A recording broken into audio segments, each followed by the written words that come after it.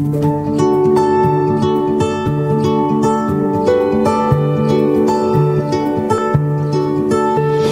grade 7, this is Jet and I am here to help you answer your module. Welcome to Mapeh class. Today we are going to discuss about the music of the lowlands of Luzon, focusing particularly in the different folk songs of the lowlands of Luzon. Our Philippine music is comprised of three main divisions: an Old Asian influence music referred to as the indigenous, a religious and secular music by Spanish and European forms, and American or European influenced classical, semi-classical, and popular music. So Philippines as an archipelago, mostly every island has its own folk song. So folk songs are considered an essential part of our history. It runs within the lyrics and reflection into the life of our ancestors. Filipinos have always had music genuinely embedded in their hearts, such as the several wonderful songs we created and sung even till now. In this module, you will be able to understand and describe the musical characteristic of our music from the lowlands of Luzon. Are you ready to learn more? It is a great day today. Have an hour to learn and study about our indigenous music that is called the folk songs. After going through this module, you will be able to, number 1, identify the musical characteristic of representative music selections from the lowlands of Luzon after listening. Number 2, describe the musical characteristics of representative music selections from the lowlands of Luzon after listening. And number 3, sing folk songs from the lowlands of Luzon. Number 4, appreciate folk songs from the lowlands of Luzon.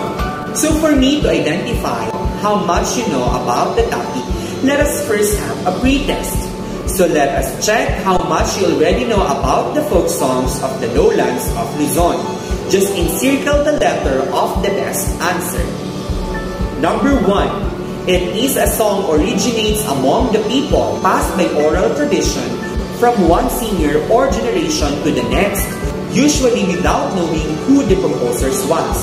Is it letter A, cultural music, letter B, ethnic songs, letter C, folk songs, letter D, liturgical songs?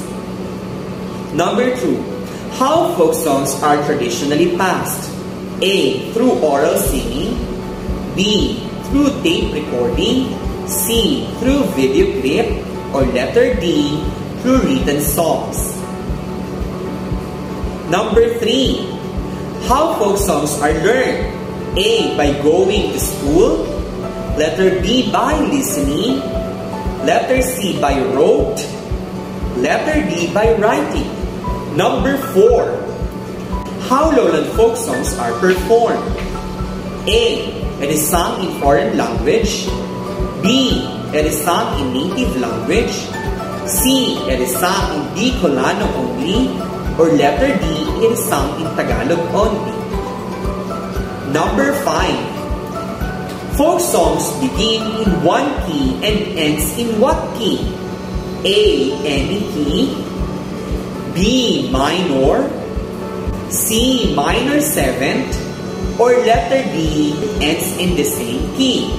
If you cannot be able to answer the pretest, do not worry. As I have said, it is just only to measure how much you've known about the topic. So now let us have our discussion. Can you sing the following songs? Bahay Kubo, Leron Leron Sinta, and Sit. If not, you can ask any of your family members to sing it with you and ask them where they learned these songs. Let us all sing the song. First is the Bahay Kubo.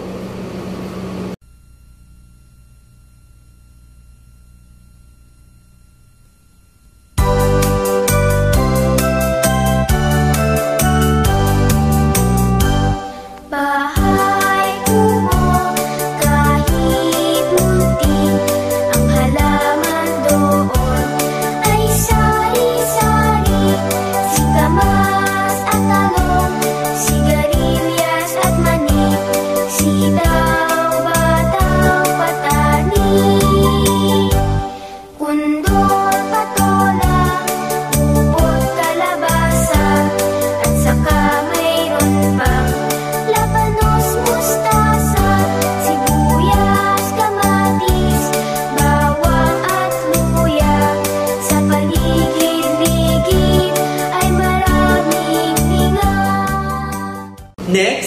Leron, Leron Sinta.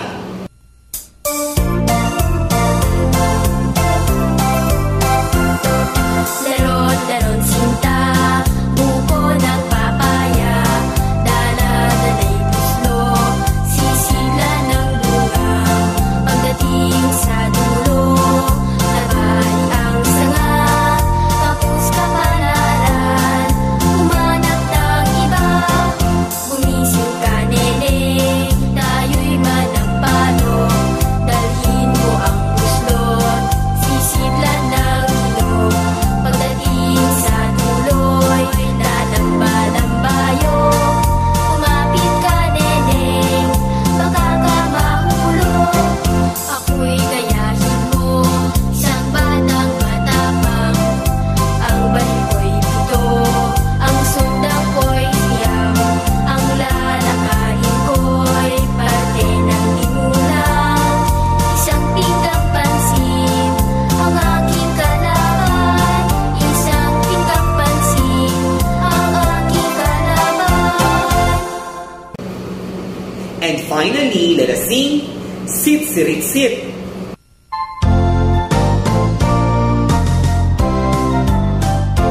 Sit-sirit-sit, alibang-bang, sa lagintot, sa labumbang. Ang babae sa lansangan, kung pumiri parang-tandang. Santo Niño sa pandaban, puto seko sa tindahan. Kung ayaw mo magpautang, uubusin ka ng langgam. Mamamamang namamang ka, pasakayin niya rin bata. Pagdating sa Maynila, ipagpalit ng malika. Ale-aleng namamayong, pasubugin niya rin sanggol. Pagdating sa Malabon, ipagpalit ng bango. Ale-aleng namamayong, pasubugin niya rin sanggol. Pagdating sa Malabon, ipagpalit ng bango. Ipagpalit ng bango. Did you enjoy singing? Now, you are familiar with Bahay Kubo, Leron, Leron Sinta, and Sit, Sirit, Sit. We call these songs folk songs. So what is folk songs? Folk songs are songs that had been passed down orally from one singer or generation to the next, and usually sung by the common people without knowing who the composers was. Folk songs are songs written by the folk and are sung to accompany daily activities such as farming, fishing, and putting the baby to sleep. So these are traditionally passed on orally. Most Philippine folk songs have Spanish and other Western influences.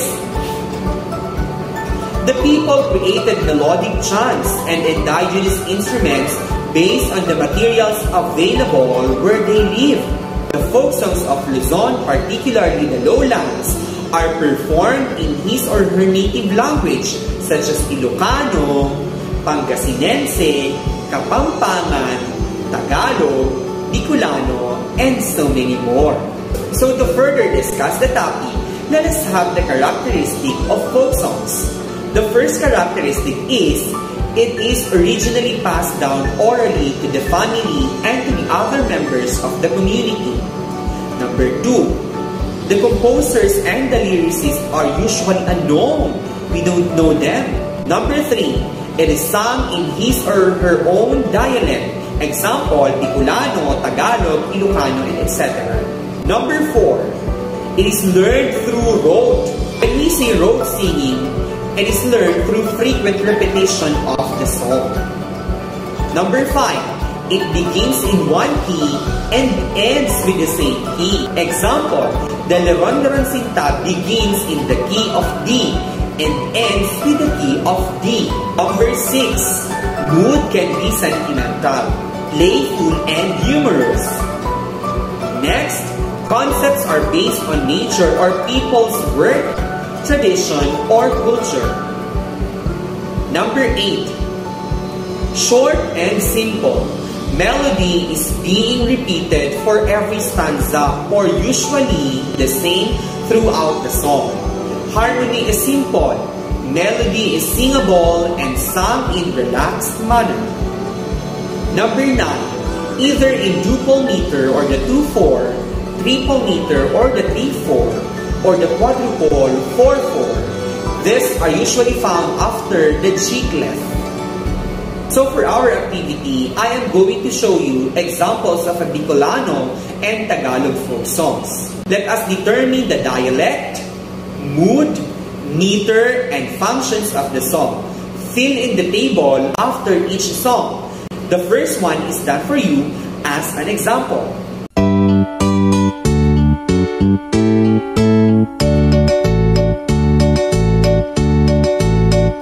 Magtanim ay di biro, maghapong nakayuko, di man lang makaupo, di man lang makatayo. Braso ko'y namamanhit, baywang ko'y nangangawit, binti ko'y namimitig sa pagkababad sa tubig. Sa umaga pagkising, ang lahat iisipin, kung saan may patanim, may masarap na pagkain. Braso ko'y namamanhit, baywang ko'y nangangawit, binti ko'y namimitig sa pagkababad sa tubig. Halina, halina, mga kaliyan, tayo'y magsipag unat-unat, magpanibago tayo ng landas, para sa araw ng bukas, para sa araw ng bukas. So the first song is Magtanim ay di biro. What dialect was used in this folk song? You're right, it is Tagalog. How about the mood? You are right again. The mood is playful and humorous. How about the meter? You got it correct again. It is duple time signature. And how about the function and concept of the song? So what is the song all about? Great job! It is about work or about farming. So now let us listen to the different folk songs and identify its characteristics. The first one is Sarong Banggi.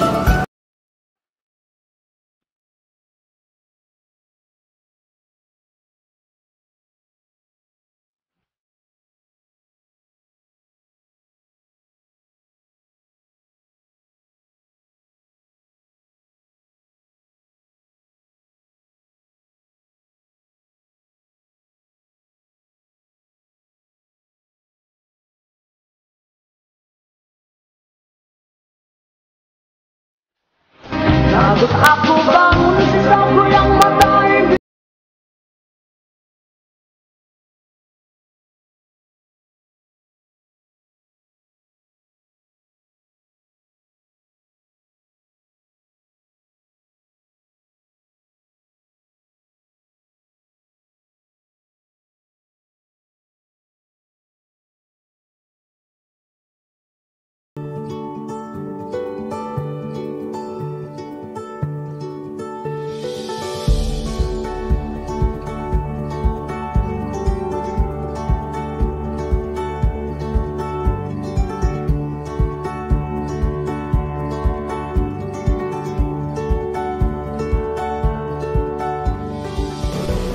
The next is Santa Clara.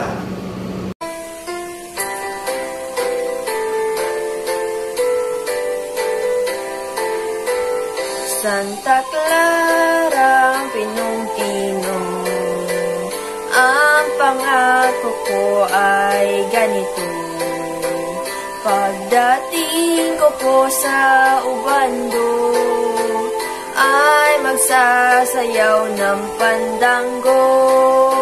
Abaruray, abarinding ang pangako, tutuparin. Abaruray, abarinding ang pangako, tutuparin.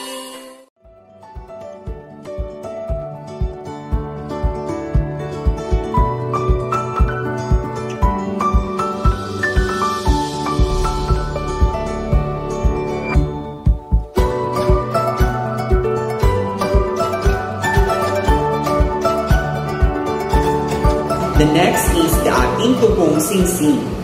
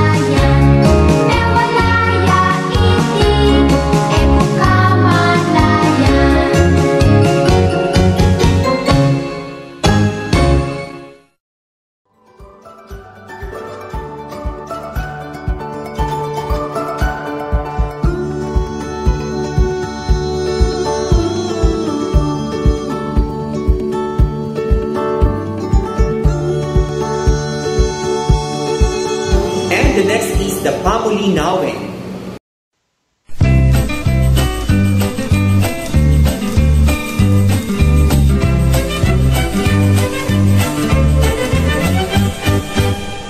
Pamulinawin, pusok hindi ngaman, tuy umas-aso, agrayo ta sa tiyang, panunutem man, tingka pagintutungan, tuya gaya.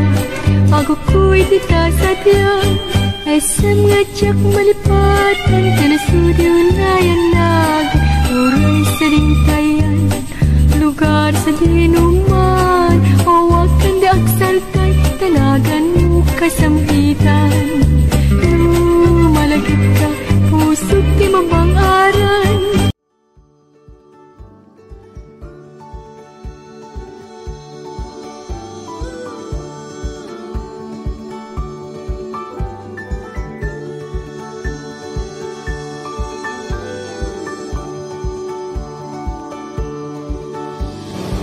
So for this song, let us have some more fun activity for you to enhance your skills. So let us listen to folk song and answer the following question.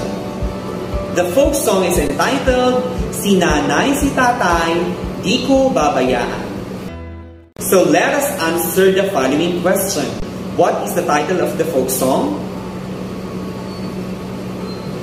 Or what native language was used in the folk song? What is the mood of the folk song?